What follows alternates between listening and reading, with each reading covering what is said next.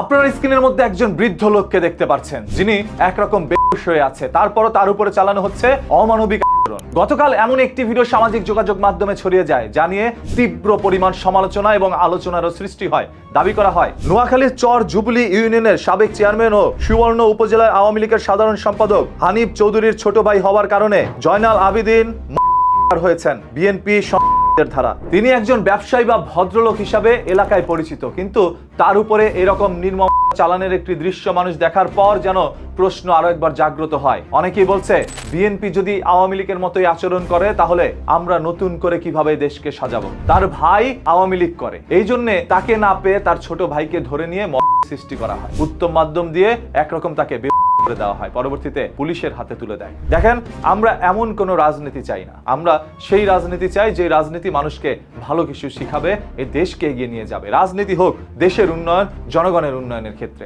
আমরা ধরে নিলাম শেখ হাসিনা একজন ফ্যাসিস্ট, যার কারণে তার পতন ঘটিয়েছেন, তিনিও মানুষের উপরে এরকম আচরণ করত। এখন সেই একই আচরণ যদি তাদের উপরেও করেন, তাহলে সেটা দেখতে একটু অন্যরকম লাগে। তাদের আর আপনাদের মধ্যে মিল খুঁজে পাওয়া যায়। তাই ওই মিল খুঁজে না পেয়ে যদি এই ক্যাপশনটি সত্য হয়ে থাকে, তাহলে বলবো আইনের মাধ্যমে ওই সকল অপরাধীর শাস্তি নিশ্চিত করেন। যদি আইন শাস্তি দিতে না চায়, তাহলে আইন জনগণ তুলে নিতে জানে। আমি আশাবাদী এদেশের আইনি ধারা ওদের শাস্তি আপনারা নিশ্চিত করতে পারবেন। আসুন, বিএনপি হোক, জামাত হোক, এনসিপি হোক, যেই সকল অপরাধীরা আপনাদের উপরে চালিয়েছে, 17টি বছর আপনার ঘরে থাকতে দেয়নি, পরিবারের সাথে একত্রে সময় কাটাতে দেয়নি, বছরে 2টি ঈদ পর্যন্ত আপনারা পরিবারের সাথে কাটাতে পারেননি, জেলে খুনের শিকার হয়েছেন অসংখ্য নেতাকর্মীরা, তারা তো চাইবেই নিতে। তবে সেই হোক আইনের ধারা, নিজের হাতে আইনকেও তুলে নিবেন না।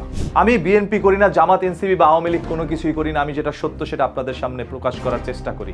এতে করে আমার কথা অসংখ্য রাজনৈতিক দলের বিরুদ্ধে যেতেই পারে, তাতেও আমি পরোয়া করি না। আমি কাউকে খুশি করানোর জন্য এখানে দাঁড়িয়ে ভিডিও বানাই না, সত্যটা উন্মোচন করার জন্যই কথা বলি। এতে করে আমার যায় ইনশাল্লাহ সত্যের পথেই হাঁটবো। সেরকম ভাবে আপনাদেরকেও সত্যের পথেই হাঁটানোর চেষ্টা করব, যদি এই পেজটাকে ফলো করে এই পেজের সাথে যুক্ত থাকেন। আজ যে মুরব্বী লোকটাকে এরকম আচরণের শিকার হয়েছে, অতীতে তার পরিবার মানুষের উপর কি রকম চালিয়েছে, সেই তথ্যগুলো আমরা জানতে চাই। আপনারা ওই জেলায় যে যে রয়েছেন, কমেন্ট করে জানান তার পরিবার কি রকম চালিয়েছিল। আমার চোখে দেখা অসংখ্য বিএনপির ছোট ছোট পদধারী নেতাকর্মী রয়েছে, যারা বিএনপিকে ভালোবেসে দূর সময় বিএনপি করেছে। তাদের জমি, বাড়ি ঘর সব বিক্রি করে হামলা চালাতে হয়েছে, ঘরে পর্যন্ত থাকতে পারেনি, লুকিয়ে দিন রাত কাটাতে হয়েছে। সেই সকল নেতাগুলো আজ বিএনপি আসার পর এই সুসময়েও সুবিধা করতে পারে, তাদেরকে বিএনপি থেকে সরিয়ে রাখা হয়েছে।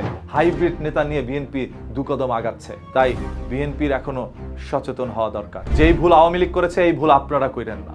আপনারা দেশটাকে নতুন করে সাজান, এটাই আমরা চাই। আর কেউ হয়ে উঠুক, ওই জন্য আমরা কি আন্দোলন করি নাই। মানুষ যেন এটা বলতে বাধ্য না হয়, আগেই ভালো ছিলাম, শেখ হাসিনাই ভালো ছিল, বর্তমানে কেউ ভালো নাই। প্রতিদিনের এই ধরনের ঘটনা, দুর্ঘটনা, লুকোনো সত্য জানতে এখনই পেজটাকে ফলো করে রাখেন।